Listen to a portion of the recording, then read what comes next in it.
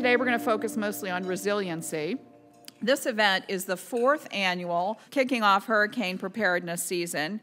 We really saw a need and a lack of information about how businesses and consumers can get prepared for a hurricane season.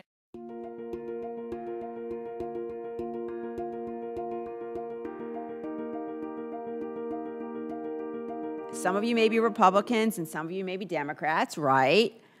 Let me tell you something really cool. You can all be for mitigation. Mitigation isn't just for rich people. It's about protecting vulnerable populations, as I said, making sure they have the resources. This idea of going green and building strong, it certainly is consistent with environmental priorities. It's about personal responsibility. It's about fiscal restraint, saving that money from post-disaster aid by investing it now.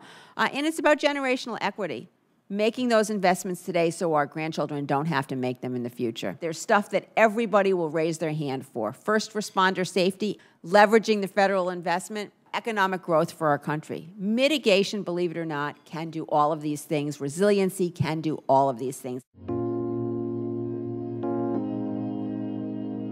Risk is here to stay.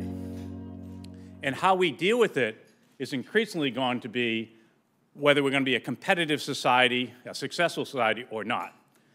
And so this is something that I would even go further to say the competitive advantage for a community, for a company, and a country is going to be how resilient they are. We have to think about whenever we invest in new infrastructure, invest in new systems, how we bake in its capacity to deal with the projected risk.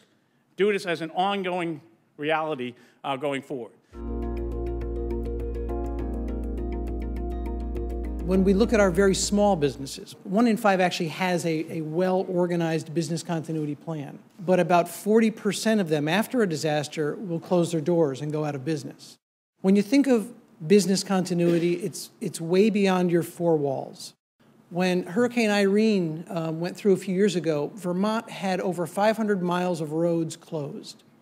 If your company needed a widget or a part from one of those, a manufacturer in the middle of Vermont, and you couldn't get your part, your business is going to suffer. Not being able to have the foresight to recognize that some of these things could impact you is not having a good business continuity plan.